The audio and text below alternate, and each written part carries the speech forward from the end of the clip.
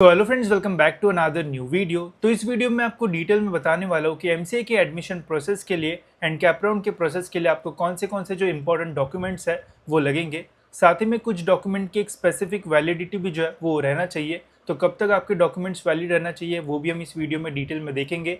साथ ही में आप में से काफ़ी सारे स्टूडेंट्स ऐसे होंगे जो कि अपने फाइनल ईयर में होंगे एंड आपको कन्फ्यूजन हो रहा होगा कि यार अगर मेरा रिजल्ट टाइम पे नहीं लगेगा तो क्या होगा। तो उसके बारे में भी मैं आपको इस वीडियो में डिटेल में बताऊंगा ताकि आपके मन में कोई भी जो डाउट है वो ना रहे। तो वीडियो पूरा एंड तक देखते रहिए एंड अगर आप इस चैनल पे न्यू हो गई तो सब्सक्राइब जरूर से कर लेना ताकि आपको एमसीए के एडमिशन प्रोसेस से रिलेटेड सारे जो अपडेट्स है वो टाइम पे मिलते रहे। तो चलिए देखते हैं कि कौन से वो डॉक्यूमेंट्स है जो कि आपको एमसीए के एडमिशन प्रोसेस में जो है वो लगने वाले हैं। तो देखो यार, एमसीए में एडमिशन लेने वाले काफ़ी सारे स्टूडेंट्स होते हैं, कुछ महाराष्ट्र के होते हैं, कुछ महाराष्ट्र के बाहर के भी होते हैं। तो पहले मैं आपको कुछ ऐसे डॉक्यूमेंट्स बताता हूँ जो कि ऑलमोस्ट सभी स्टूडेंट्स को लगेंगे, चाहे आप महाराष्ट्र से हो या फिर महाराष्ट्र के बाहर से हो। तो ये डॉक्यूमेंट्स है 10th का मार्कशीट, तो ये सभी स्टूडेंट्स को लगेगा। एंड ध्यान रखना, ये सभी डॉक्यूमेंट्स आपको जो है वो ओरिजिनल लगेंगे। एंड यहाँ पे आपका जो डॉक्यूमेंट का वेरिफिकेशन जो है वो भी होता है। आपको कोई सेंटर पे जाके जो वेरिफिकेशन है वो करना होता है। कौन से सेंटर्स रहेंगे वो मैं आपको आगे बताऊंगा जब प्रोसेस स्टार्ट होगी, बट ओरिजिनल डॉक्यूमेंट आपको लगेगा। नेक्स्ट है फिर आपका 12th का मार्कशीट। अगर आपने 12th नहीं किया होगा, अगर आपने डिप्लोमा किया होगा तो वो भी आप जो है वो सबमिट कर सकते हो। एक तो 12th या फिर डिप्लोमा जो है वो आपका रहना चाहिए। नेक्स्ट है फिर हमारे यहाँ पे ग्रेजुएशन मार्कशीट। अब इससे रिलेटेड काफ़ी सारे स्टूडेंट्स को डाउट होंगे। अब सपोज़ अगर आप एक ऐसा स्टूडेंट हो जिनका पहले से ग्रेजुएशन हो चुका है 23-24 में, तो आपके पास डायरेक्ट आपका मार्कशीट जो है वो रहेगा। बट आप में से काफ़ी सारे स्टूडेंट्स ऐसे होंगे जो कि अपने 6th सेम में होंगे या फिर अपने फाइनल ईयर में होंगे। तो आपको डाउट होगा कि यार हमारा एग्ज़ाम हुआ है जस्ट या फिर होने वाला है, तो हमारा रिजल्ट अभी रिलीज़ ही नहीं हुआ है, तो हम कैसे ये जो मार्कशीट है वो देंगे। तो इसका टेंशन मत लो। जब हमारा रजिस्ट्रेशन प्रोसेस स्टार्ट होगा एडमिशन का, तो वहाँ पे दो ऑप्शन होते हैं। पहला ऑप्शन होता है कि आपका ग्रेजुएशन कंप्लीट हो गया है। दूसरा ऑप्शन होता है कि आप परस्यू कर रहे हो। परस्यू मतलब आप फाइनल ईयर में हो, तो उस टाइम आप ये ऑप्शन जो है वो चूज़ कर लेना। तो फिर आपको जो है वो अपना ग्रेजुएशन का मार्कशीट जो है वो नहीं देना पड़ेगा। ये फिर आपको मार्कशीट जो है वो डायरेक्ट जब आपका एडमिशन कंप्लीट हो जाएगा तब आपको जो है वो देना पड़ेगा। एंड तब तक आपका आराम से जो रिजल्ट है वो लग जाएगा। बस ध्यान रखना कि आपकी ग्रेजुएशन के एग्ज़ाम अच्छे से दे देना, बिकॉज अगर आप यहाँ पे फेल हो गए तो एडमिशन होने के बाद एडमिशन कैंसिल भी हो जाता है अगर आप फेल आपका जो रिजल्ट है वो आता है तो इसका ध्यान रखना। बाकी इसका टेंशन लेने का ज़रूरत नहीं है। नेक्स्ट है फिर यहाँ पे सीईटी का स्कोर कार्ड। तो अभी हमारा जो रिजल्ट लगा है उसे डाउनलोड करके रख लेना। ये हमें वहाँ पे जो है वो फिर अपलोड करना पड़ेगा जब प्रोसेस स्टार्ट होगी तब। नेक्स्ट है बर्थ सर्टिफिकेट। तो बर्थ सर्टिफिकेट में आपका डेट ऑफ बर्थ जो है वो रहता है, तो वो दिखाने के लिए हमें बर्थ सर्टिफिकेट लगता है। अगर आपके पास ये डॉक्यूमेंट नहीं है तो ऐसा कोई भी डॉक्यूमेंट जहाँ पे आपका बर्थ ईयर या फिर जो डेट है वो मैंशनड है तो वो भी आप जो है वो अपलोड कर सकते हो। उससे भी आपका जो काम है वो चल जाएगा, तो ये भी आपको लगेगा। नेक्स्ट है नेशनलिटी। अब ये ऐसा कोई एक स्पेसिफिक डॉक्यूमेंट नहीं रहता है या फिर ऐसा कोई डॉक्यूमेंट आपको जो है वो बनाने के लिए कहीं पे जो है वो जाना नहीं पड़ेगा। कोई भी ऐसा डॉक्यूमेंट, चाहे वो आपका बर्थ सर्टिफिकेट हो या फिर लिविंग सर्टिफिकेट हो, जहाँ पे मेंशनड हो कि आप इंडियन हो, आपकी नेशनलिटी इंडियन है, ऐसा वहाँ पे डॉक्यूमेंट्स में मेंशन रहता है, तो वो डॉक्यूमेंट आप यहाँ पे इस वाले फील्ड में जो है वो अपलोड कर सकते हो। आपका जो प्रॉब्लम है वो सॉल्व हो जाएगा। ठीक है, ऐसा कोई डॉक्यूमेंट बनाने की ज़रूरत नहीं है, आपके पास पहले से ही रहेगा। बस चेक करना कि लिविंग सर्टिफिकेट या फिर बर्थ सर्टिफिकेट में कहीं पे इंडियन जो है वो मेंशन हो, तो वो आप यहाँ पे डालोगे तो आपको प्रॉब्लम सॉल्व हो जाएगा। ठीक है, नेक्स्ट है फिर यहाँ पे लिविंग सर्टिफिकेट या फिर जिसे हम ट्रांसफ़र सर्टिफिकेट भी बोलते हैं। तो ये आपको जो है वो जहाँ से आपने ग्रेजुएशन किया है वहाँ से आपको जो है वो मिलेगा। अब जिनका ग्रेजुएशन कंप्लीट हो गया है वो डायरेक्ट अभी अप्लाई कर दो लिविंग सर्टिफिकेट के लिए। बट अगर आप अपने फाइनल ईयर में हो तो जब तक आपका रिजल्ट नहीं लगता है तब तक आपको ये जो लिविंग सर्टिफिकेट है वो नहीं मिलेगा। तो ये भी आपके लिए जो है वो ऑप्शनल रहेगा अगर आप परस्यूइंग पे जो है वो क्लिक करोगे तो जब ये एडमिशन प्रोसेस स्टार्ट होगा तब मैं आपको बताऊंगा कि कहाँ पे ऑप्शन वगैरह आता है। तो अगर आप फाइनल ईयर में हो तो अभी ये आपको नहीं लगेगा, बट जब आपका एडमिशन कंफर्म हो जाएगा कोई कॉलेज में तब आपको ये जो है वो वहाँ पे सबमिट करना पड़ेगा। नेक्स्ट है फिर इनकम सर्टिफिकेट। अब इनकम सर्टिफिकेट जो है वो बहुत इंपॉर्टेंट है। अगर आप महाराष्ट्र के स्टूडेंट हो एंड अगर आपको स्कॉलरशिप के लिए वगैरह अप्लाई करना है आगे जाके तो इनकम सर्टिफिकेट आपको लगेगा। अगर आपका इनकम 8 लाख या फिर इससे कम होता है तो आपको जो स्कॉलरशिप वगैरह वो मिलती है। ध्यान रखना, अगर आप महाराष्ट्र के बाहर के स्टूडेंट हो तो आपको महाराष्ट्र की गवर्नमेंट स्कॉलरशिप जो है वो नहीं देती है, बस महाराष्ट्र स्टूडेंट्स को ही जो स्कॉलरशिप है वो मिलती है। तो इनको जो इनकम सर्टिफिकेट है वो लगेगा। अगर आपका इनकम 8 लाख से ज़्यादा है तो फिर इनकम सर्टिफिकेट भी जो है वो ऑप्शन होता है, बट 8 लाख से कम है तो फिर आपको इनकम सर्टिफिकेट जो है वो देना पड़ेगा। साथ ही में ध्यान रखना कि लेटेस्ट इनकम सर्टिफिकेट हो, 2024 का मत देना, 2025 का आपको जो लेटेस्ट है वो जो है वो देना पड़ता है, तो इसको जो है वो थोड़ा ध्यान में रखना। नेक्स्ट है आधार या फिर पैन कार्ड, तो एक तो आधार कार्ड या फिर पैन कार्ड, दोनों में से कोई भी एक रहा आपके पास तो चल जाएगा आपका काम। नेक्स्ट है फिर एड्रेस प्रूफ। एड्रेस प्रूफ के लिए आप इलेक्ट्रिसिटी बिल का जो यूज़ है वो कर सकते हो ओरिजिनल, या फिर आपका जो आधार कार्ड है उसका बैक साइड भी आप यहाँ पे जो है वो अपलोड कर सकते हो। एंड डॉक्यूमेंट वेरिफिकेशन होता है, तो कोई भी गलत डॉक्यूमेंट्स डालोगे तो आपका वेरिफिकेशन नहीं होगा एंड आप आगे जो है वो नहीं बढ़ पाओगे, तो इसका ध्यान रखना, ठीक है।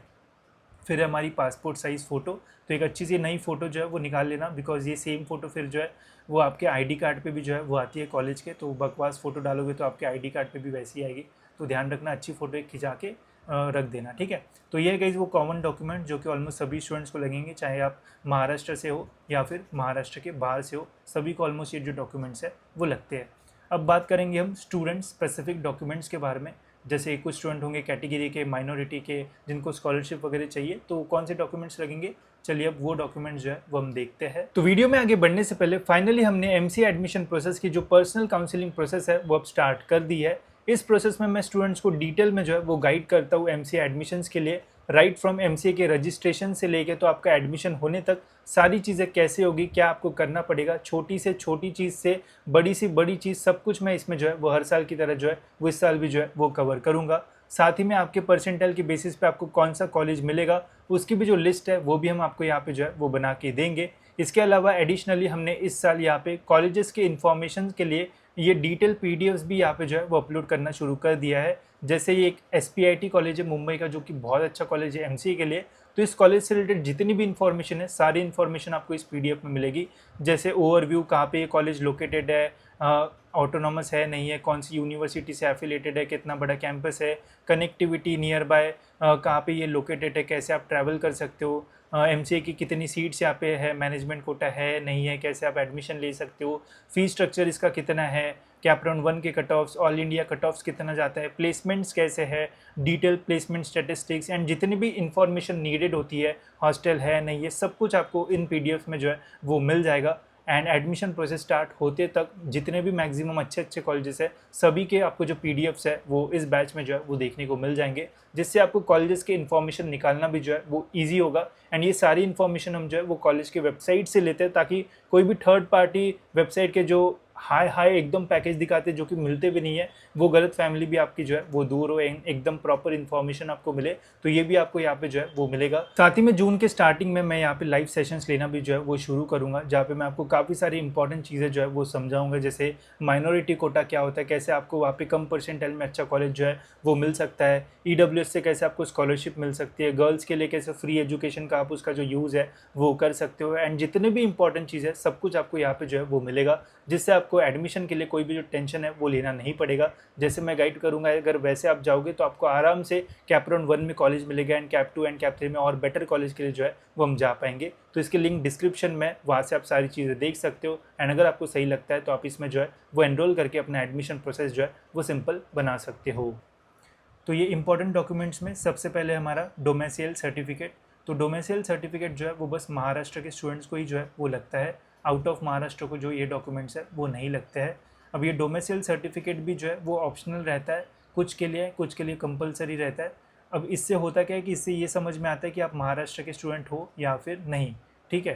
तो इसे आप बनाने के लिए जो है वो डाल सकते हो, या फिर इसका और एक ऑप्शन होता है, अगर आपने 10th एंड 12th महाराष्ट्र से किया है एंड आपके पास महाराष्ट्र का बर्थ सर्टिफिकेट भी है जिसमें आपका लिखा है कि आपका बर्थ महाराष्ट्र में हुआ है, तो इन दोनों से भी जो है वो काम चल जाता है। बट सेफर साइड पे मैं आपको बोलूँगा कि अगर आपके पास डोमेसियल सर्टिफिकेट नहीं है तो इसे बनाने के लिए डाल दो, बिकॉज अभी नहीं तो आगे जाके आपको जो है वो काम में आएगा ही आएगा, तो बनाने के लिए डाल दो, जल्दी ये जो है वो बन जाता है, ठीक है। नेक्स्ट है फिर कास्ट सर्टिफिकेट। कास्ट सर्टिफिकेट में अगर आप कैटेगरी स्टूडेंट हो, अगर आप ओबीसी कैटेगरी से हो, एससी से हो, एसटी से हो, एनटी से, एसईबीसी से हो, तो आपको कास्ट सर्टिफिकेट जो है वो कंपलसरी जो है वो लगेगा। अगर आपके पास नहीं है तो बनाने के लिए डाल दो। एंड अगर आपने बनाने के लिए डाल दिया है एंड आने को टाइम है, तो जो रिसिप्ट आपको मिलती है जब हम कोई भी डॉक्यूमेंट बनाने के लिए डालते हैं, तो इसका भी यूज़ करके आप जो है वो एडमिशन का पार्ट जो है वो बन सकते हो। अब ये रिसिप्ट का ऑप्शन कहाँ पे वगैरह आता है, तो ये मैं काउंसलिंग में आपको डिटेल में गाइड कर दूंगा, आपको कभी भी प्रॉब्लम जो है वो इसका नहीं आएगा। नेक्स्ट है हमारी कास्ट वैलिडिटी। अब ये डॉक्यूमेंट मुझे बिल्कुल भी जो है वो पसंद नहीं आता, बिकॉज जब मैं इंजीनियरिंग में एडमिशन ले रहा था तो ऑलमोस्ट 2 या 3 महीने मैंने उस ऑफिस के चक्कर खाए थे, ये डॉक्यूमेंट नहीं है, वो नहीं है, 1947 के पहले का दाखिला लाओ, ये लाओ, पता नहीं क्या क्या। तो ये डॉक्यूमेंट बनाना काफ़ी टफ होता है। बट अगर आप कैटेगरी के स्टूडेंट हो तो ये कंपलसरी आपको डॉक्यूमेंट जो है वो लगता है, तभी आपको कैटेगरी के बेनिफिट जो है वो मिलेंगे। आउट ऑफ महाराष्ट्र को बेनिफिट्स नहीं मिलता है, तो जो आउट ऑफ महाराष्ट्र वाले स्टूडेंट है उनको ये कोई भी डॉक्यूमेंट नहीं लगेगा, बस महाराष्ट्र के स्टूडेंट्स को ये डॉक्यूमेंट लगता है। तो ये बनाने के लिए डाल दो। अगर डाल दिया है, इसकी आपके पास रिसिप्ट है, तो इसके बेसिस पे भी आप एडमिशन के लिए जो है वो एलिजिबल रहोगे। एंड जब तक आपका एडमिशन कंफर्म होता है तब तक आपको टाइम जो है वो मिलता है इस डॉक्यूमेंट को सबमिट करने के लिए, ठीक है। तो अच्छा खासा टाइम रहेगा, अप्लाई कर दो, आ जाएगा आपका ये डॉक्यूमेंट भी। नेक्स्ट है फिर यहाँ पे नॉन क्रिमिलियर सर्टिफिकेट। अब ये जो है वो SC ST कैटेगरी को जो है वो नहीं लगता है, OBC SC BC इनको जो है वो ये डॉक्यूमेंट लगता है। तो ये भी अगर नहीं है तो इसको भी बनाने के लिए डाल दो। एंड यहाँ पे इसकी जो वैलिडिटी है वो 2026 31 मार्च 26 तक जो है वो रहना चाहिए। अगर 25 तक ही वैलिडिटी है तो इसको आपको अपडेट जो है वो करने के लिए डालना पड़ेगा, तो इसका भी जो है वो ध्यान रखना। नहीं तो आप बोलोगे भाई डॉक्यूमेंट्स तो सारे अपने पास, बाद में पता चलेगा भाई सारे डॉक्यूमेंट्स तो जो है उनकी डेट चली गई, अपडेटेड चाहिए था, फिर तो अब आप भागोगे। तो पहले ही चेक कर लो कि सारे अपडेटेड है या फिर नहीं है, या फिर वो वैलिडिटी है या फिर नहीं। तो सारे डॉक्यूमेंट्स आपके 31 मार्च 26 तक जो है वो मिनिमम वैलिड जो है वो रहना चाहिए, ठीक है। तो इसका ध्यान रखना। नेक्स्ट है EWS सर्टिफिकेट। तो ये भी महाराष्ट्र के स्टूडेंट को ही लगेगा। अगर आप जनरल मतलब ओपन में आते हो एंड अगर आपका इनकम 8 लाख या फिर इससे कम है एंड अगर आप EWS से अप्लाई करना चाहते हो तो आपको EWS सर्टिफिकेट लगेगा। स्पेशली गर्ल्स को काफ़ी बेनिफिट्स है, 100% स्कॉलरशिप आपको इससे मिल सकती है, बहुत ही कम आपकी जो फ़ीस है वो हो जाएगी। अब ये कैसे बनाते हैं, अगर डाउट्स होंगे तो आप मुझे कमेंट्स में पूछ सकते हो, मैं ट्राई करूँगा इसके ऊपर वीडियो बनाऊँ, तो मुझे बता देना। वैसे तो इनकम सर्टिफिकेट ये सारी चीज़ें आपको यहाँ पे लगेगी बनाने के लिए, बता देना, वैसे मैं बना दूंगा वीडियो। तो ये EWS सर्टिफिकेट जनरल कैटेगरी मतलब ओपन के लिए जो है वो लगता है, कैटेगरी स्टूडेंट्स को ये जो है वो नहीं लगता है। नेक्स्ट है माइनॉरिटी डॉक्यूमेंट। अब ये भी महाराष्ट्र स्टूडेंट को ही जो है वो लगता है। अब माइनॉरिटी जो है वो बहुत खतरनाक चीज़ होती है, इससे आपको बहुत सारे कॉलेजेस में एकदम कम परसेंटाइल पे जो एडमिशन है वो मिल सकता है। बस एडमिशन के टाइम सही से अप्लाई करना पड़ता है, काफ़ी लोग मिस्टेक कर देते हैं। 2 टाइप की माइनॉरिटी होती है महाराष्ट्र में, एक होती है लिंग्विस्टिक माइनॉरिटी, एक होती है रिलीजियस माइनॉरिटी। लिंग्विस्टिक मतलब लैंग्वेज की माइनॉरिटी एंड रिलीजियस मतलब रिलीजन की माइनॉरिटी। अब महाराष्ट्र में जो मेजर लैंग्वेज जो बोली जाती है वो है मराठी, तो ये मेजॉरिटी है।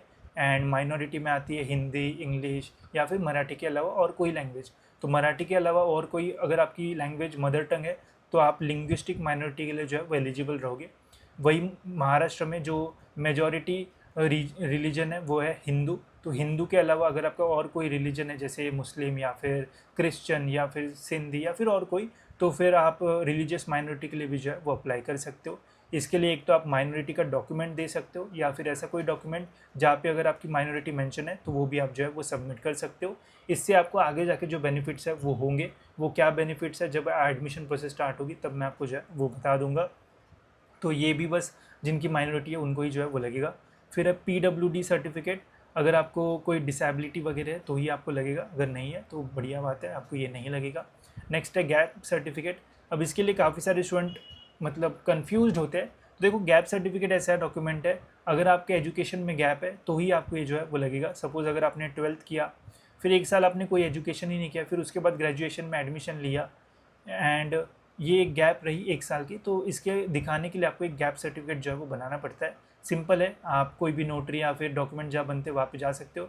काफ़ी सारे लॉयर्स टाइप राइटर लेके बैठते हैं, उनके पास जाओ, बोलो भाई गैप सर्टिफिकेट बनाना है। वो 100 से 500 रुपये तक आप कुछ आपसे जो है वो लेंगे, डिपेंड करता है कहाँ पे आप जाते हो। वहाँ पे आप बोल देना गैप सर्टिफिकेट बनाना, तो एक फॉर्मेट उनके पास पहले से रहता है, वो लिख के आपको देंगे एंड एक यहाँ पे स्टैंप रहेगा एंड ये आप सबमिट करोगे तो आपका ये गैप सर्टिफिकेट का काम जो है वो हो जाएगा, ठीक है। तो ये आपको जिनके इनमें गैप है उनको ही लगेगा, जिसके इसमें गैप नहीं है उनको नहीं लगेगा।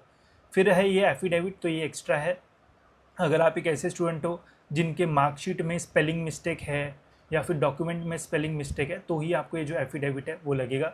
जैसे मेरा नाम सचिन है जिसकी स्पेलिंग जो है वो है SACHIN। अगर मेरे डॉक्यूमेंट्स में SA के डबल जगह डबल A हो गया तो अब आगे वाले को डाउट आएगा ना कि ये बच्चा वही है या फिर और कोई अलग है। तो इसके लिए फिर आपको एफिडेविट बनाना पड़ता है कि जो मेरा ये नाम है एंड जो मार्कशीट पे ये नाम है, ये दोनों जो कैंडिडेट है वो सेम ही है एंड वो सारी जो चीज़ें है वो इस एफिडेविट पे जो है वो लिखी होती है। अगर ये मिस्टेक है तो ही बनाना है, नहीं है तो फिर कोई ज़रूरत नहीं है बनाने की। ठीक है, तो ये है गाइज वो सारे डॉक्यूमेंट जो कि आपको एडमिशन प्रोसेस में जो है वो लगेंगे। अब आपको कौन से लगने वाले तो वो आप जो है वो यहाँ से डिसाइड कर सकते हो। मैंने सारी जो इन्फॉर्मेशन है वो आपको डिटेल में दे दी है। इसके अलावा और भी बहुत सारी चीज़ें एडमिशन प्रोसेस में जो है वो रहती है जो कि हम हमारे काउंसलिंग प्रोसेस में जो है वो एकदम डिटेल में जो है वो आपको बताएंगे, ताकि आपको एडमिशन में कभी भी कोई भी जो प्रॉब्लम है वो आए ही ना। एंड कोई प्रॉब्लम आता भी है तो आप डायरेक्टली मुझे जो है उसमें पूछ पाओगे। उसकी लिंक आपको डिस्क्रिप्शन में मिल जाएगी, वहाँ से आप उसमें एनरोल कर सकते हो एंड अपना एडमिशन प्रोसेस एकदम सिंपल जो है वो बना सकते हो। इसके अलावा और कुछ डाउट होगा तो आप मुझे कमेंट सेक्शन में जो है वो पूछ सकते हो। मैं ज़रूर ट्राई करूँगा कि आपके सभी क्वेश्चंस के जो आंसर्स है वो दे दूँ। तो फिलहाल गाइस इस वीडियो में इतना ही, मिलते गाइस ऐसी और एक इन्फॉर्मेटिव वीडियो में।